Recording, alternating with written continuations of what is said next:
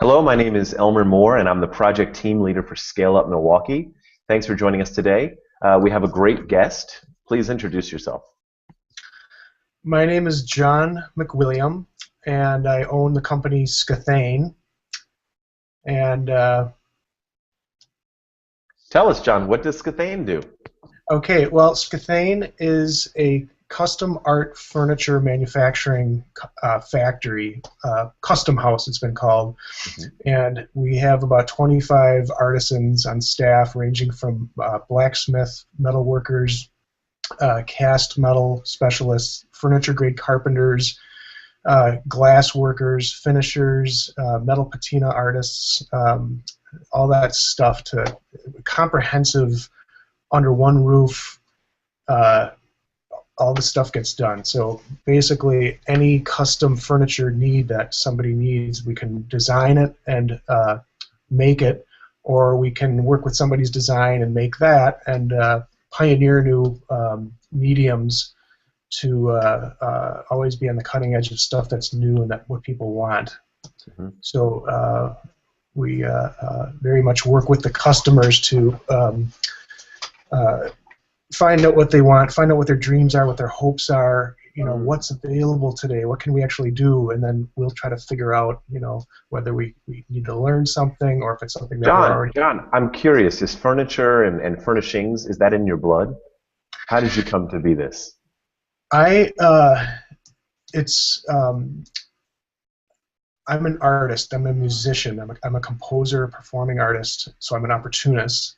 And in order to make that happen, I had painting, finishing, fine finishing for people's homes and the whole gamut. So for 25 some odd years, I have had various crews that I would be a painting contractor. So I learned the level of detail and how to take care of customers properly, down to the the pin drop of detail. So so learning how to please the customer, the customer's right, so you have to satisfy them.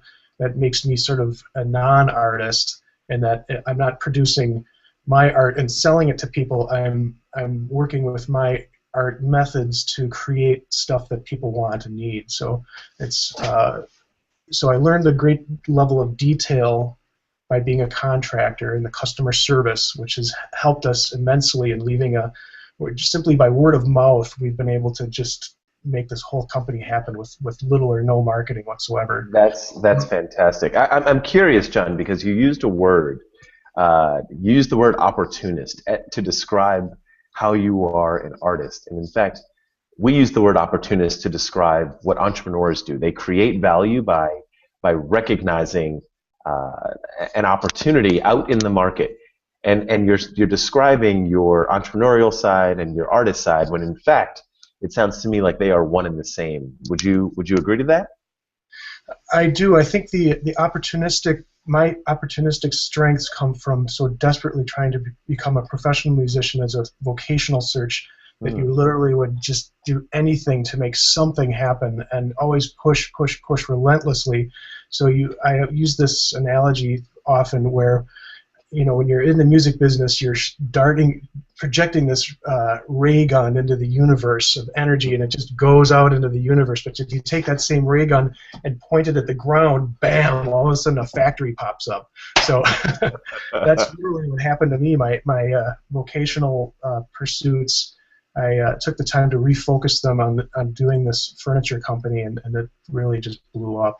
But that's all the opportunistic attitude, saying yes to things when most people would say no, and make things work, was a big part of it. But then also working with teams and groups, and to coordinate people, not only in a band setting but in a contractor setting, and then also being able to know what a customer wants and how to make a customer happy. All those things over 25 years gave me a good background in doing what we do.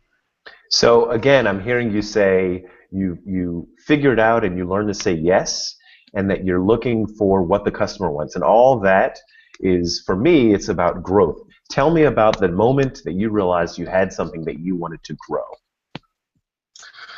Well, there was some providence and people that helped me out during the recession time when my painting company was literally, everybody just closed their doors and closed their wallets, and the market just kind of collapsed. And at about that time, I had Tim, the owner of the Iron Horse Hotel, hire me to do some stuff, and another gentleman, Glenn Iverson Manufacturing, who let me use his factory because I was renting some space.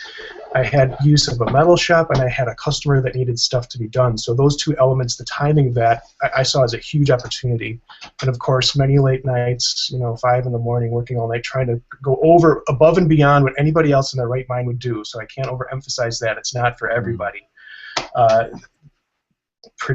Made these opportunities balloon, and so it was definitely a lot of work, but it was a heartfelt, passionate kind of work, which is a good stress to have. I hear you. So I think what I just heard from you is the why this, and the why when. But tell me, why here? Why did you choose Milwaukee? Well, I've lived here all my life, number one, and this is where the opportunities were produced. So I didn't have to travel far, and because we dove into it so head first, there was no time to look around. We were just going right to work, and the company just was growing on a daily basis, and the opportunities were, everybody really needed this, So I was collecting people to grow, finding the right individuals that were popping up before me. I wasn't really searching. People were opportunities as well, the craftsmen that I was collecting. And so all of this stuff was magnetically coming together, and then things, in the music business, one of the greatest things to do is to get out of your hometown, because it's the old biblical prophecy of prophets aren't heard in their towns, doctors aren't heard in their homes. Mm-hmm. You got to get out of the city. It's a big world out there. So it wasn't long before I was getting inquiries from New York, which all of a sudden, that made me realize, okay, I'm out of this town. Now I've got something that nobody else here can control me, basically. It's a big world. I can fly. I can spread my wings and go after the world market. So, of course, that was a celebrity design thing that went on for that one New York opportunity.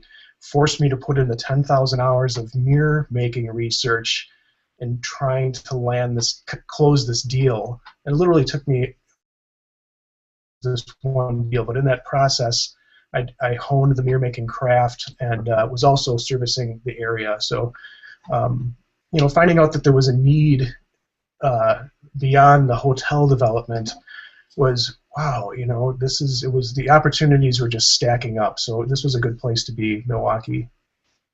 And what are you doing from this point to make sure that you keep growing and that you're chasing that aggressive growth? Well, there's no shortage of opportunities right now. Basically, I am trying to continue to delegate the operation of the factory so that I can focus on, going after these opportunities that are out there around the world. But as with many small companies, you get caught up in the day-to-day, and the finding individuals to outsource, or not to outsource, but to hand to take care of my responsibilities is a careful thing that you have to take care of. And I'm doing well. I mean, right now we've got 4, I call them overheads in our office now. They're wearing overhead T-shirts. The manager and the operation managers that are basically handling the factory day to day, where I don't have to be there, so I can go out and find these big clients. So, John, you're a member of the Scalerator program, and you are 6 sessions in out of 7. I'd love to hear what's been, a few key takeaways from your participation in that program. Well, part of this whole crazy thing that's taking place in my life, the blowing up of this company, is, I believe, a great deal of providence and things, not only opportunities but gifts that are given to me. And it just so happens that the timing of the Scalerator and Scale Up Milwaukee coming into my life was the perfect timing, because I was to the point where, how do you, what is this? How do I control this? This is out of control. So providentially, this opportunity came in and said, John, here, this is your classroom that you need to pay attention to. And so, and as it is with every class, and my office manager who's in the class with me, Angie, she and I are always smiling because every time we go to one of these classes, it's exactly the issue that we're dealing with our business that day. And it's perfectly placed. It's the hottest fire. We just happen to be in a classroom and how to deal with that. So, and then hearing all of the other companies that are involved chiming in and sharing their experiences, and it's, for me, we all have the same challenges. I mean, the software company might have a different jargon, but it's like I feel the pain because I'm experiencing it on a different level. So it's therapeutic, it's cathartic, it's inspiring. It's a huge opportunity for me to get this sort of education at this state of the game. That's great to hear. So my last question, John, as you think about your role as an artisan, and a convener of artists, what advice do you have for how other entrepreneurs who work with or are artists, what's your advice for them participating in growing this region, our economy and the ecosystem of growing businesses? Well, I have become, there's several things. We are, I don't want to say forced to, but many times we look to other outsourcing vendors in our community so that when we're bringing this big business in from Kohler or Ann Sachs or Cymatic or some other international thing, I will reach out to vendors and give them work. So I realize that I'm a conduit to help the ecosystem here. So it's recently, you know, we had a visit at the mayor's office yesterday. We were talking about how nice it would be, so instead of feeling that there's competition out there, literally working with other companies to understand how a network of businesses can really support one another. So I don't know if I got a base from your question. Well, I think what you just said, and I appreciate it, is the idea that the ecosystem can actually support itself such that the ecosystem will grow the ecosystem. Yeah.